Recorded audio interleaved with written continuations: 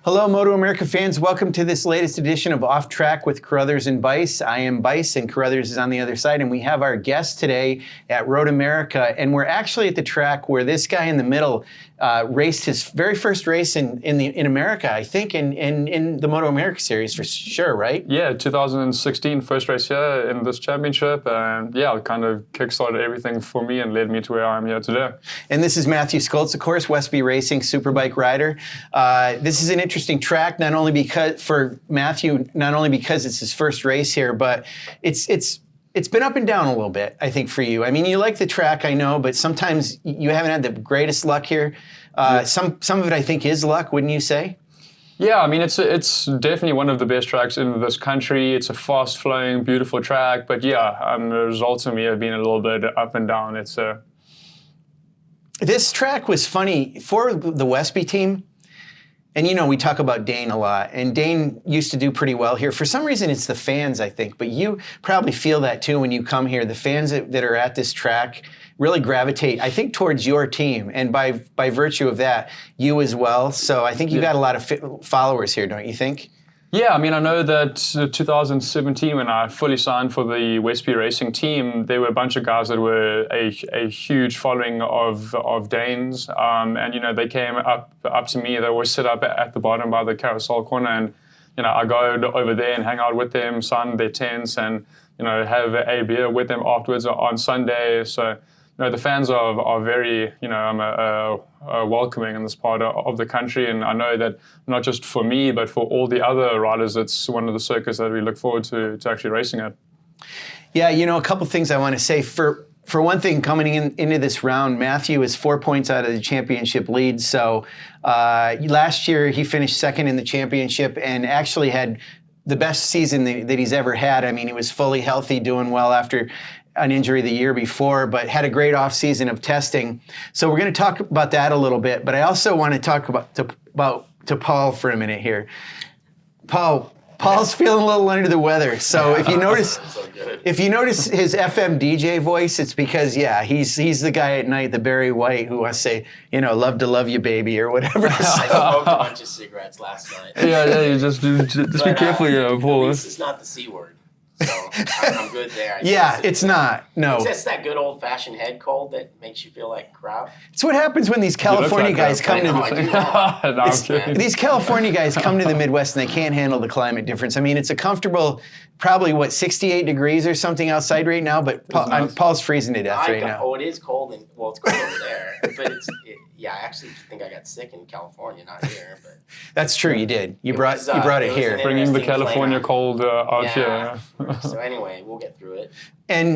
And he also, you know, this is a favorite round for us in MotoAmerica too. We love coming here with the brats and everything, especially these guys from California who come out here and they see all the green grass and they're like, wow, that's really amazing. You know, it's really something out here. But yeah, Paul, this is going to be a big weekend for us after VIR. I mean, we're going to talk to Mathew about this, but I mean, no, good news, bad news. It's all good for us, I guess. But it was a little different. You know, we had obviously our Petrucci stuff going on, and it made things a little interesting, made the next week a little busy, and I think we talked about this before, but it's like, you know, I just kind of feel bad for everybody. You know, it's kind of a rough situation, and, you know, I think, you know, you couldn't ask for a better place to come to after something like that, because as Mathew said, the track's awesome, the people are awesome, it's safe, so hopefully, you know, Danilo has a good time here and races, and that's what it's all about. We just need to go racing again and see who's the best.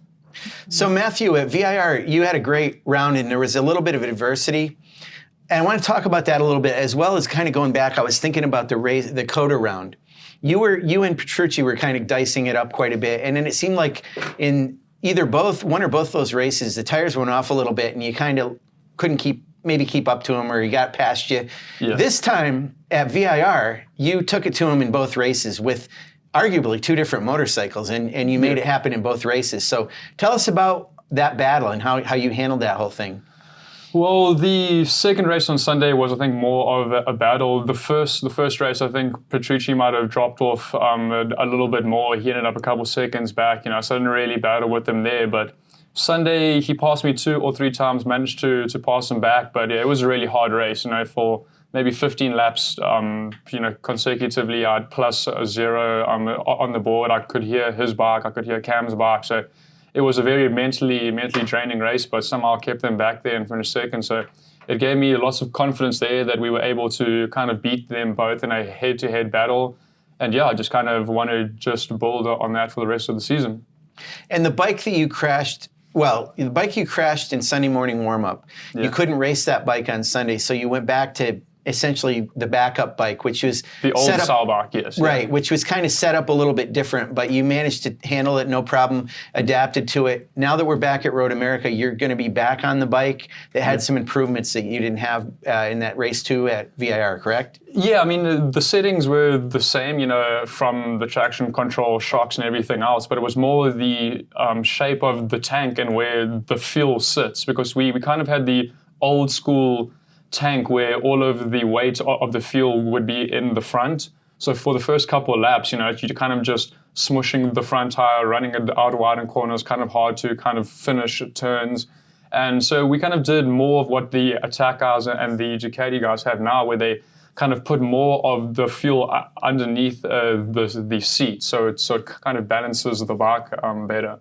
And that definitely seemed to kind of help. And unfortunately, Sunday morning, I did screw up big time and crashed with 1.5 minutes left in the warm-up session after we had finalized all the settings, which was my bad, really. So ended up racing on the older bike, which, was set up the same. But yeah, I just hadn't put any laps on that bike, and that more forward-sitting fuel, the tank, and how it changed, or how I sat on the bike, and I kind of knew that we only had one of those tanks there, but fortunately we've got some more now, so I think that'll be quite a big difference for this weekend, especially here. You definitely need drive out of the corners for the longer straights here. A few times at VIR in the race, I mean, you were lifting the back end, you were sliding the bike around. I don't notice you being, and I'm not saying you were on the hairy edge, maybe you felt like you were. It feels like you're more smooth than that most of the time, and maybe it was just the way the conditions were. Did it feel any different in that? Were you pushing even harder than you have before, or is it just the conditions of the track? I think it was definitely the conditions of the track, but I definitely feel like I'm pushing more. I feel more comfortable with the bike and the setup, and just feel like I can kind of put everything into pushing hard now and knowing what the bike's going to do. And I generally tend to ride smoother than some of the other guys do, but to me, I feel like I'm on the absolute edge in every single corner, so, but, I think just continuing to develop the motorcycle and being comfortable in those positions that you aren't actually comfortable on the motorbike is really good. Looking at the world's superbikes, how Toprak rides it, he's out of control in every single corner, so I'm generally tending towards pushing the bike more now and trying to get every last tenth that we can, so we can be challenging Jake up front, Danilo and Cam. Is it frustrating a little bit with Jake? Because from watching, Jake's going your speed or a little bit faster, and it looks like he's not trying as hard. Like, in other words, it's coming easier to him because I think he's got the perfect setup. Yeah. He's got the experience. He's got everything the way he needs it to be. So it almost makes it look a little easier than a guy like yourself that's, like you said, on the edge trying to stay there. I mean, I definitely think you can't take credit away from how Jake rides. I think he's always been a relatively smooth guy. He tends to enter the corner slower. He tends to let go of the brakes soon and gas through the corner. But there is no doubt that team has a really good setup. But, I've always had the mindset riding that you always have to push until something happens, until you feel the front tucking, until you feel the rear sliding. And that's just the way that I've been brought up, riding. And I think Jake used to override the bike slightly, which might be what I'm doing now, but I think that the team have kind of molded him and changed him slightly to be a little bit smoother. But that's just different setups. They've got a different swing arm, they've got different traction control settings. So I think that plays a lot into how he rides. But it definitely sucks when you feel like you're pushing it for every last tenth, and he's just eking out 0.3, 0.4 there, and it doesn't look like he's riding as hard as you, but you definitely know that he is pushing. You know what I mean? He crashed at the road Atlanta round, so it's definitely showing that he's pushing hard. But I think it just changes with how you ride, the bike and stuff. But I feel like we're getting a little bit closer to where Jake is, and I've just got to keep on pushing, but also trusting the team with how they set up the bike and knowing that when you're spinning the bike, you're not really driving forward, because you do want spin to kind of help you finish the corners, but you don't want too much spin that you're not actually driving forward, that you're just spinning the tire, So it's a little bit of both from the riding style and the setup. It looks fun, but it's not. Yeah, I mean, it looks cool. Watching the race back, I didn't actually realize how sideways I was getting in some of the corners, but again, I think kind of how Jake changed his whole riding style back from 2020 when he was teammates with VIRginia, and he kind of smoothed it out and he went quicker. I think I need to kind of maybe look at doing a similar thing. Let's talk, I think we touched on it a little bit, but crashing. It's like, I don't think people realize, they watch MotoGP and a guy crashes and gets on a scooter and runs back, jumps on another one. It's almost like they're disposable objects, right? Yeah. It's like, a paper cup, you'd have a drink and you throw it away. Yeah. Which you should do with mine. Don't drink out of mine. No, definitely went a little bit. But as a rider, especially like at this level where, the teams aren't zillion dollar teams. They don't have this stuff, it's just disposable. That's a bad feeling for you when you crash, right? Like you, once you realize you're okay, it seems to me, especially with you, your immediate thought, I can tell, goes to like, oh man, I've just screwed up for those guys. They got to do a bunch of work. It costs a bunch of money. Because that's true, right? We think that too. We worry about you guys. Yeah. When you go down, Paul and I are like, oh no, that team, they're going to be all upset and everything. So talk about that, yeah. Yeah, I mean, I think all of the MotoGP teams, they got multiple bikes, they got zillions of dollars, like what you said. And I think here to kind of fair things out slightly, that you only allowed one of your bikes throughout the Friday practice to the Sunday race unless you total it, so that if you crash, that's your practice session done. And even if you do make it back to the pit afterwards, you can't just whip out the second bike and go riding out of the pits. So it definitely sucks when you crash and you kind of dust everything off, and you look at the bike and you've got your front fender over there, you've got a handlebar over there, you know that you messed up, and that's the rest of that session done, and you're just wasting time, and you need as much track time as you can possibly get, especially for us now, I'm constantly developing the bike and trying to get quicker and catch up to Jake and whoever else is leading the race or leading the points or practice session at that time. And yet, one sec, like people would say well, the morning warm-up, why would you crash in the morning warm-up? Well, that's what I was going to ask. You've got your setup that you're hoping is spot on. You've got to at least go fast enough to know that it's spot on for the race, right? I mean, that's... Exactly, yeah. And you don't know unless you push. Exactly, and it's always, you also want to get comfortable at that point of running those times. You can't just do one lap and think, I'll do 20 laps at that point, because the bike starts changing once the tires drop off, so you always want to put in laps to make sure that you're consistent, running those sort of times. And if you can't, you want to figure out why, what I mean? So, but yes, I have crashed in the last two Sunday morning warm-ups, which the team were not happy with, I'm not happy with, so it's something that I need to definitely look at. But you're always out there pushing as hard as you possibly can because you know that everybody else is. Right. You touched on something earlier that I want to talk about. Okay, you are on a Yamaha YZF-R1. Jake Gagne is on a Yamaha YZF-R1. Cam Peterson is. But the bikes are pretty different. You have some things that the attack bike don't have, and the attack bike has some things that you don't have. Yeah. Would you like to ride that bike and see what it's like, just to kind of compare it? Yeah, I mean, I think every single rider would. I'd also like to hop on Petrucci's bike, hop on the BMW, hop on Jake's bike, and just kind of see where they're better, where you can make your setup better. But at the end of the day, I'm with the Westby racing team.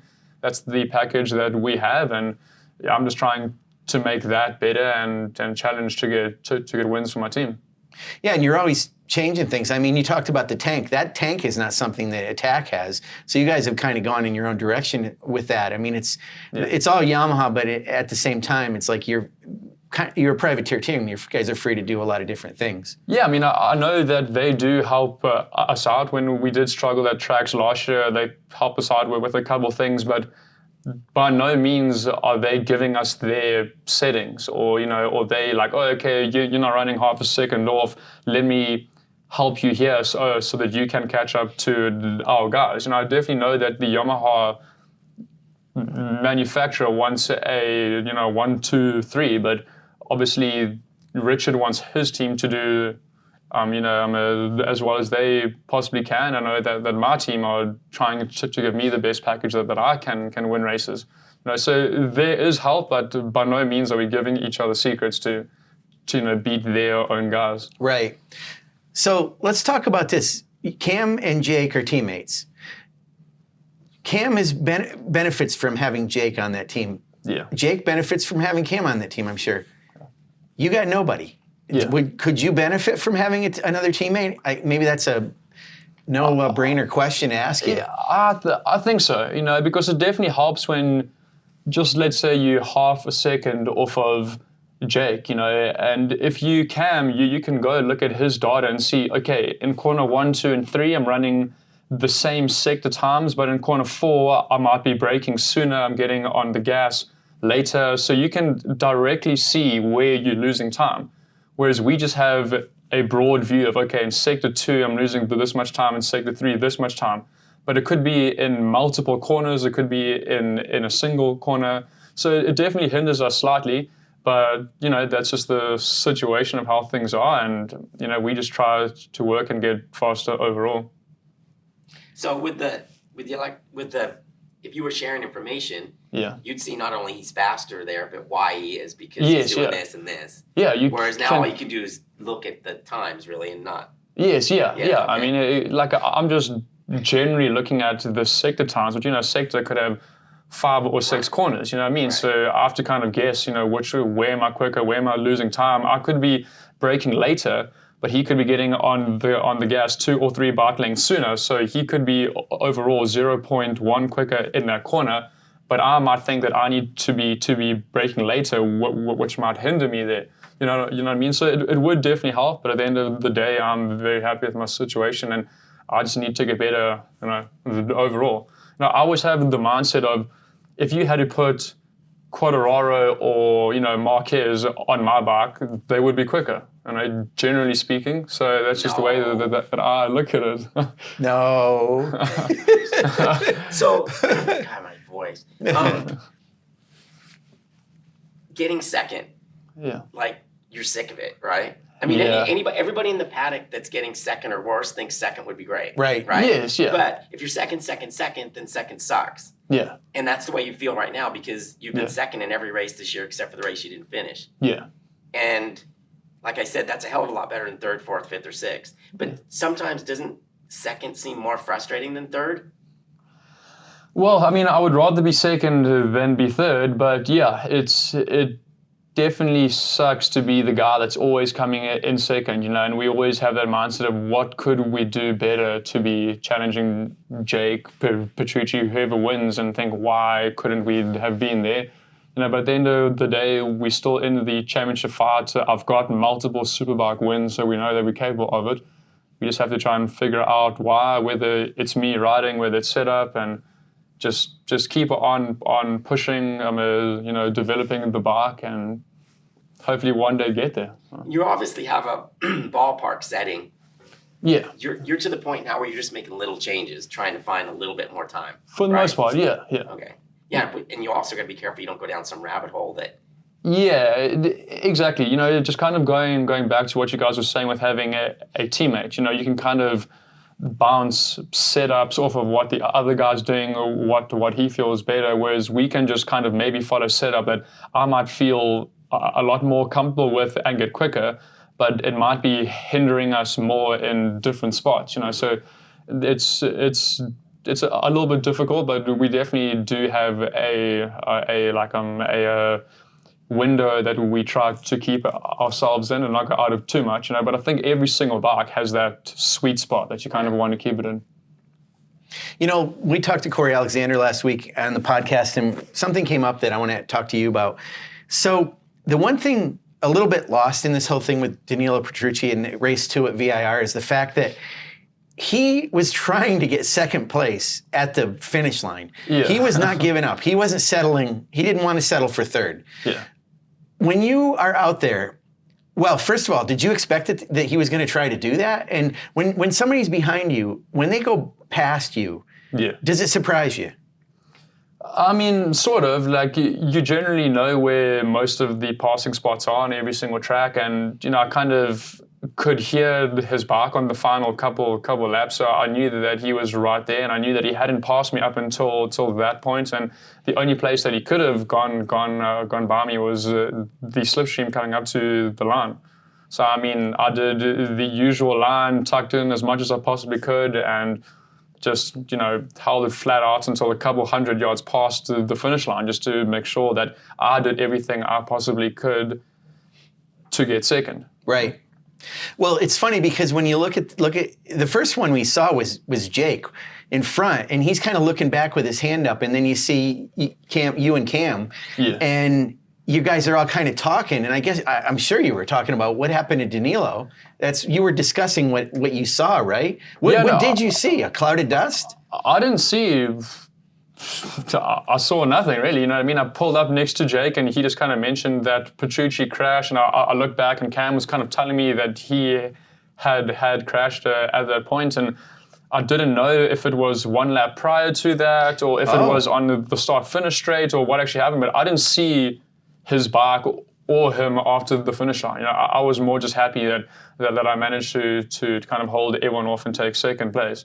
So it was a little bit strange, but I know that kink on a Superbike, you're doing 180 miles, you know what I mean? And if you're not on the correct line, it definitely tightens up on you a hell of a lot quicker than what it usually would. And it had rained on Saturday night. The track was a little bit dirty, and offline you never have as much grip. So, I mean, I think there were just multiple factors into why he crashed. But at the end of the day, I did everything right, and I think that he just messed up a little bit. So where you were located on the track on that final lap and going across start-finish, take the checkered flag, you're probably thinking, I'm in a position where if anybody is on the outside of me, that's not a good place to be, given those track conditions. Is that a fair assessment? Yeah, I mean, but honestly, I wasn't even thinking about what he was doing. I was just making sure I was tucked in as much as I could, had my elbows, knees squeezing the tank, the frame, chin on the tank, did my usual line. I stayed to the right more than what I usually did, because there was a shorter distance to the finish line at that point. I wasn't even considering the fact that there was somebody on the outside of me, or whatever happened. I was just more focused on what I was doing. So you've raced all over the world for a long time. Yeah. Is that track a little unusual? That is start-finish in a weird spot, being on a curve? Have you raced at other tracks where the start-finish is on a curve? Does it seem like it maybe should be changed, or do you think it's okay? No, I mean, I've been racing the championship for 6 years now, and from what I've seen, we've never really had a problem with that, before, and that's just the nature of that track, and every single track's different. There's other tracks I've raced on where the finish line is after a downhill drop on an uphill around a curb, after a little kink, and that's just how the track is, and you can't really complain about it.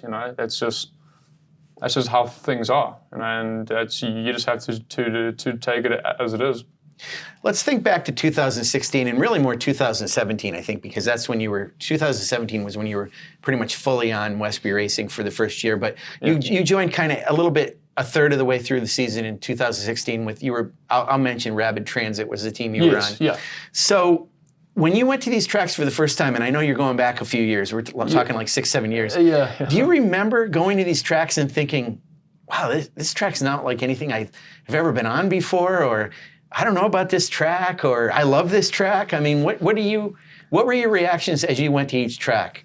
Well, I mean, coming from the South African Championship, we also had very similar tracks where it was narrow. There were tire walls on the outside, which we didn't have air fence back then.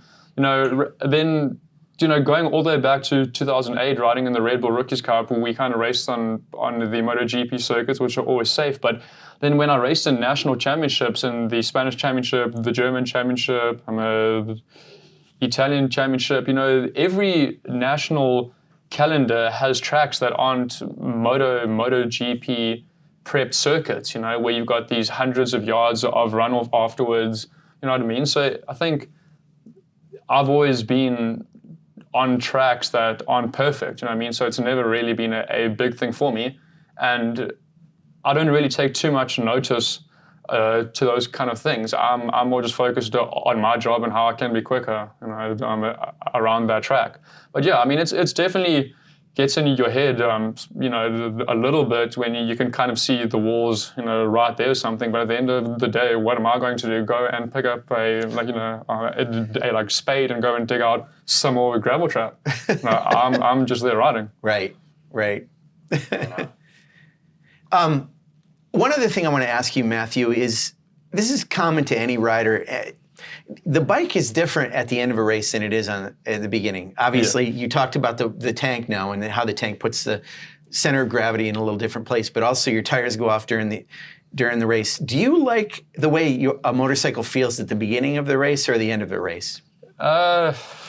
It always varies, depending on the circuit, what your setup is. But, the middle part of the race is where I seem to be strongest, because I think that's where we're going to base most of our setup from is, if it's a 20-lap race from lap 5 to lap 15 is where I try to feel the most comfortable riding, and that always tends to be where I set it up to be the most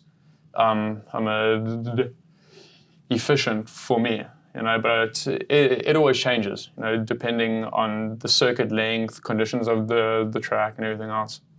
And we haven't talked about this for a couple of years now, but I know there was a time where you weren't too happy with your race starts. But where are you at with that now? Do you feel pretty good about what you're doing these days? No, my starts are trash. Still? Okay. Always trash. I don't know why. When I raced motocross, I never had good starts there. Motard, they weren't good. In the Superbike, they've been all right, but I definitely wouldn't put it as one of my strongest parts of motorcycle racing. That's for sure. I don't know if it's just because I'm a bigger guy, I just don't know how to use the launch control properly, or reaction times are just bad, but I've just never really been somebody who gets it off the line well.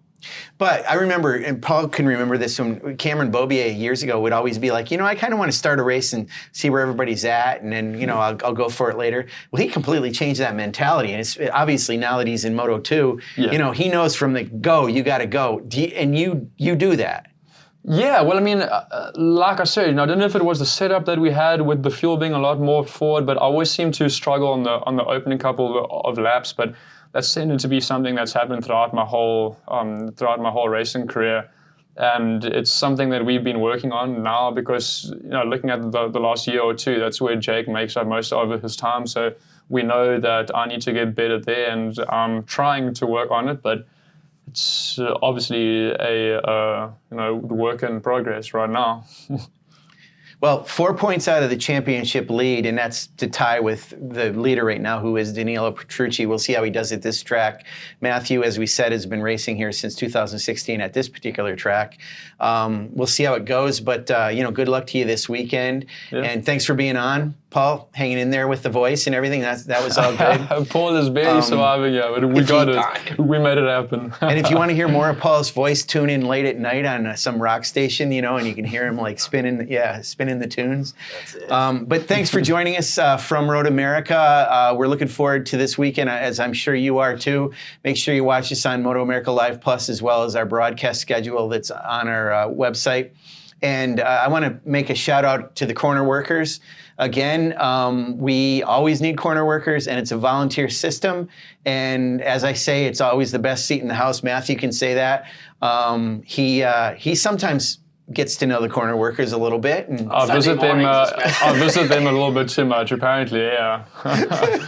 But yeah, just to kind of say one more thing, Sean, I think that the MotoAmerica Championship is doing a brilliant job. I've been here for 6 years, straight, and I've really found a home and a family here, and I couldn't be happier. You know, I mean, when I was racing back in the South African Championship, you know, I wasn't getting paid. I was wagering tables to kind of make money just to pay for gas and everything else. And you know, this really changed my life and my career, and I couldn't be happier. You know, everything's great here, and hopefully the championship continues to get better, to grow, and you know, we all work together and just get better. Yeah, and you know, that's an interesting point with Mathew says. You know, I've often said this. We in America, most of us were born in this country. Paul wasn't, but Paul can actually vouch for this too. Paul's Australian. But sometimes people who weren't born in this country and choose to come here to live, to have a job, to do what Mathew's doing, you have a sense of pride about the country that you live in because it's a choice that you made anywhere in the world, and you're here, and that's kind of what you're saying. And we know Paul feels that way as well, so there's no doubt about it. So I love it, yeah. So God bless America. We'll end on that note. But thanks, everybody. Thank you, Mathew. Thank you, guys. Thanks for having me.